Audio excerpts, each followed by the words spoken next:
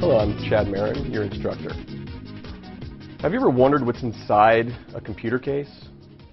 Or have you actually opened one to see the dust, the power supply, all the cables and circuits and all that in there? This video I want to discuss the different components all combined together to make up a computer. One thing we want to keep in mind is a computer is a machine. It will do nothing until we tell it what to do, either with the mouse or with the keyboard or other input devices. So to start, the motherboard. This is the most important component in a computer. This is the main circuit board.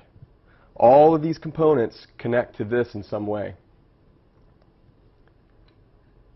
The CPU, the central processing unit. This is the brain of the computer. You've heard of 3 gigahertz?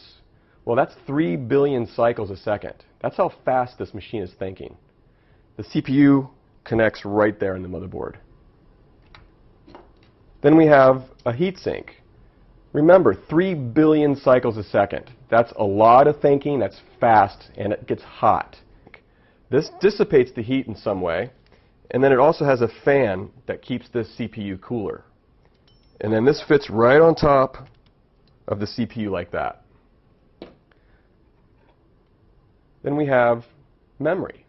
It's also called random access memory. This is short-term memory. Basically, if you're working on a computer program and you're working on some stuff and then you turn the computer off, guess what? It's gone. If you don't save it somewhere else, and I'll talk about that in a minute. The memory and the CPU communicate together, and the memory goes right there in that slot.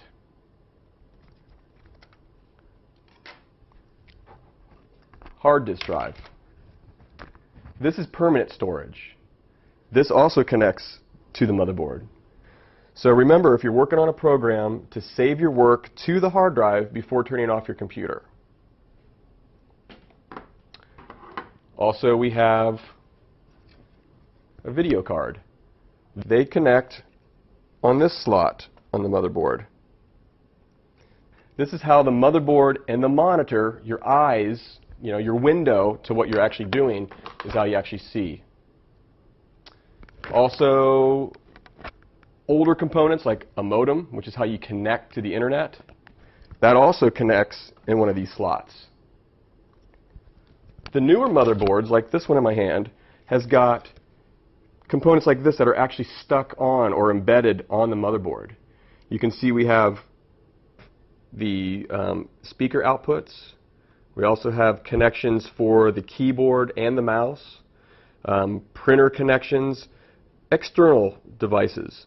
Even something like a USB thumb drive can plug into the USB ports, or a camera, sometimes a video camera. Remember, this machine here does nothing until we tell it to do something.